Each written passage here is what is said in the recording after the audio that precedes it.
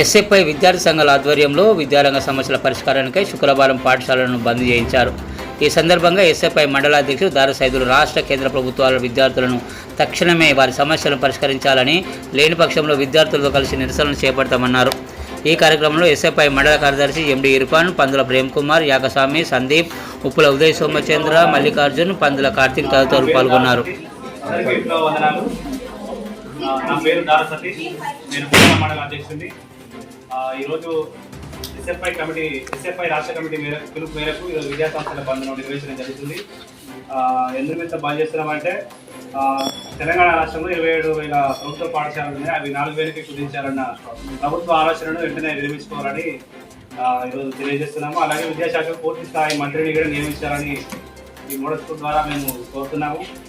అలాగే విద్యార్థులకు 2 జతల యూనిఫామ్లు మరియు పాఠ్య పుస్తకాలు, అలాగే నోట్బుక్లు ఇవన్నీ కూడా త్వరగా అందించాలని మేము డిమాండ్ చేస్తూ ఉన్నాం.